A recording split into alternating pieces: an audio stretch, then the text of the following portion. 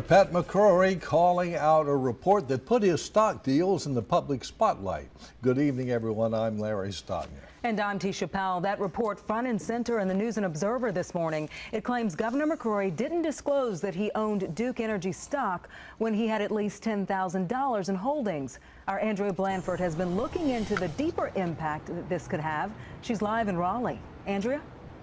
Tisha, it all points back to this form, the governor's statement of economic interest, and this section where the form asked the governor to list all of his stock holdings as of December 31st of last year. The governor says he mistakenly left off his Duke Energy holdings here because his legal team misread that date.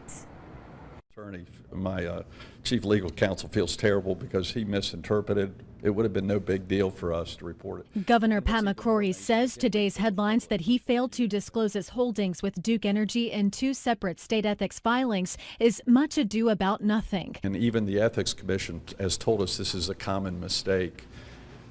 We apologize for that mistake, but if anything, we are even more transparent with the public than what the form requires by letting the public know exactly when we did divest. He says while he still owned stock in both Duke and Spectra Energy at the end of 2013, his filings do not reflect that because his legal counsel filled out the forms to show what he owned in April and May of this year when the forms were submitted. Governor McCrory himself is in an awkward position.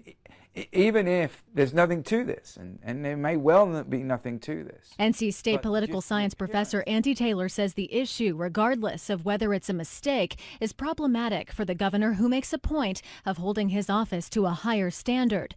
But these kinds of issues really hurt you as an elected official because they even make your political friends say, wow, you know, this kind of stuff makes me uncomfortable. While he has been open about his 401k investment with Duke Energy, the governor says he sold the stock sometime this spring following the utility's coal ash spill on the Dan River in February. We haven't broke any rules or ethics violations or anything, and I was very transparent about that I did own it.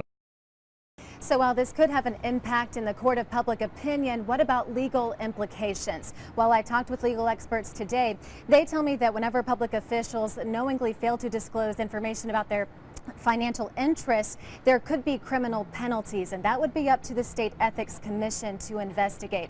Tisha, I've put in calls to the SEC today. I have yet to hear back, so we do not yet know if they are going to pursue this. Well, thanks for digging into that. I'm sure you'll find out more soon. Andrea Blanford in Raleigh, thank you.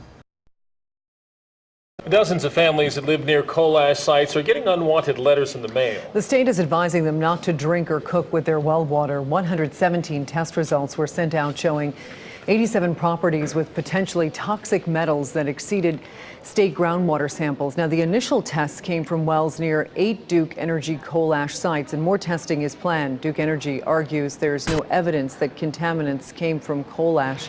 Environmental groups were quick to blame the power company for years of neglect. Wilmington and Roxborough are two sites where people received letters, and tonight Candace Sweat spent some time with one Person County family who received a letter. Wayne Winstead says back in February, lab workers came out to his house to test the water from one of his spigots. They just draw the water and put it in the bag. And they put them back in the car and they left. Weeks went by without a word. I was expecting somebody to come back and talk to us what they found in the water, but nobody showed up yet. What did show up was a letter from the State Department of Environmental and Natural Resources advising them of several procedures for purifying their well water. And I would like to know what we drinking. You know, it might be a lot of people could be getting sick off this and don't know what it is. The Winstead household was one of 200 properties near Duke Energy coal ash sites tested across the state. Winstead's letter indicates traces of iron, lead, magnesium, and arsenic were found in the water. Since getting the news, his family has made the choice to buy bottled water until they receive a satisfactory answer about potential dangers. I want to jump on it now to find out, is this doing any harm to us? You know, you don't wait till the last minute and then it'll be too late. Candace Sweat, WRAL News, Person County. And now Diener says even though state groundwater standards are exceeded, most cases do not violate federal drinking water standards. Again, this is just the beginning of more testing that is still to come. Some tough questions for the governor today about the Dan River spill, questions he refused to answer. Reporters wanted to know what he and his team knew about problems with the coal ash pond. WRAL's Capitol Bureau Chief Laura Leslie is here now with a look at what happened next. Laura? We just learned yesterday that federal prosecutors have launched a criminal probe into the coal ash spill that dumped 80,000 tons of toxic sludge into the Dan River. Now, investigators have issued subpoenas seeking communications between the owner of that coal ash pond, Duke Energy, and the McCrory administration. Duke Energy is Governor Pat McCrory's former longtime employer, as well as a major political contributor, and he still holds stock in that company. Now, the State Department of Environment and Natural Resources took action 3 times in the past year to override lawsuits against Duke by environmentalists who wanted to force the utility to clean up the coal ash. Well, at today's press conference about winter storm cleanup, the governor cut off reporters' questions about his relationship with Duke and whether it's a conflict of interest. In my 14 years as mayor of Charlotte, in my 1 year as governor, I separate my job as governor, and I'm very proud of the job we've done as governor in that regards to any company in North Carolina.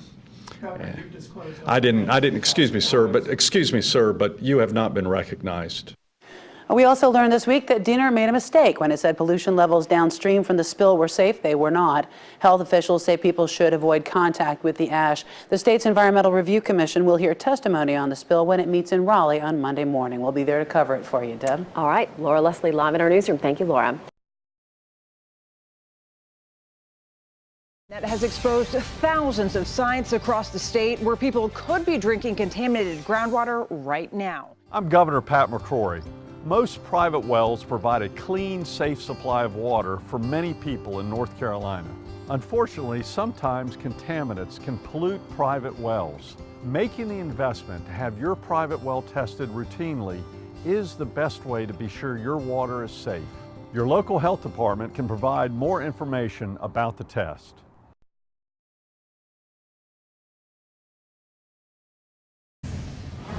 There is some big news to report tonight from the great state of North Carolina, specifically from North Carolina's governor, Republican Pat McCrory.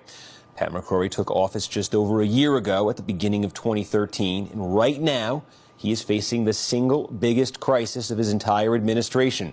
It's a crisis that has to do with this. This is a giant coal ash spill that contaminated one of North Carolina's rivers on Super Bowl Sunday, and it's been spreading ever since.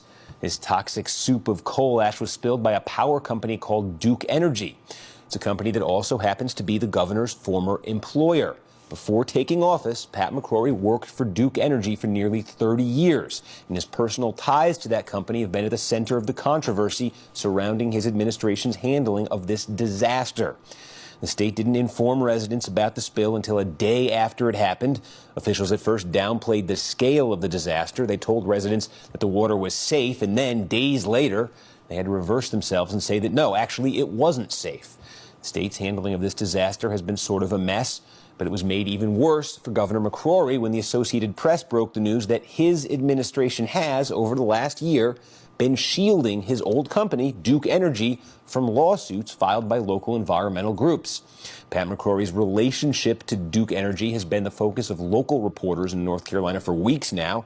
And today, the governor sat down with NBC's Kristen Welker to address the issue nationally.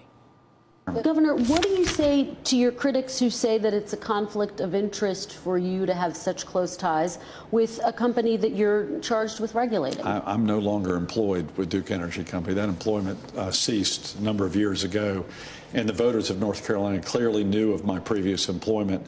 But my job is now governor and has been governor, and I'm the first governor to have a lawsuit against Duke Energy regarding coal ash in our state's history. My predecessor and her predecessor and his predecessor never initiated action that this governor did, regardless of my previous employment. I might add previous employment. I'm no longer on the payroll with Duke Energy Company. Are you a shareholder with Duke Energy? I have a small 401k within my old retirement account. I have a 401k with a portion of Duke Energy stock. I have fulfilled all the obligations of the requirements as governor in where my investments are. So I have followed the law And the public knows of my past relationship with Duke Energy Company. And they also know that that past relationship has not caused any special treatment to Duke, and I'm the first governor to ever take legal action against Duke on coal ash ponds. Now, on that last point, that his administration has never provided any special treatment to Duke Energy, it's not exactly as open and shut as the governor would suggest there. That very question, in fact, is now the subject of a federal investigation. Last week, federal prosecutors in North Carolina sent a subpoena to North Carolina's Environmental Agency and to Duke Energy, seeking documents and testimony from the state and the company about the coal ash spill. The U.S. Attorney's Office described that subpoena as part of, quote, an official criminal investigation of a suspected felony. That subpoena went out at the beginning of last week. Then this week, we learned of even more subpoenas, which seem to indicate a widening of the inquiry into Governor McCrory's administration. Federal prosecutors this week sent the McCrory administration a subpoena seeking information about the state's regulation of every Duke Energy coal ash dump in the state, not just the one that spilled earlier this month. Prosecutors subpoenaed the Environmental Agency and also 18 staff members at that agency. And what prosecutors are looking for here is very specific. They want to know if the governor's environmental agency afforded any special treatment to the governor's former employer, Duke Energy. They're looking for documents relating to payments received by state employees from Duke Energy. They're looking for any items of value that may have been given to state employees from the company. These subpoenas were made public shortly after the AP broke that huge story earlier this month about the McCrory administration stepping in and effectively blocking lawsuits from environmental groups against Duke Energy. The state essentially quashed those lawsuits by stepping in and imposing small fines of their own against Duke Energy. What federal prosecutors are looking into now is why they did that. Was the state providing special treatment to Duke Energy? There have been a flurry of subpoenas that have come out over the last few weeks, and NBC's Kristen Welker asked the governor about them today. Take a look at that. I want to ask you about these subpoenas that have been served. Federal prosecutors have issued several subpoenas, including to some former and past members of your administration. Are you concerned about what these subpoenas might we're going to work, reveal? First of all, my administration is going to work very closely with the U.S. Attorney's Office. We're offering cooperation anyway.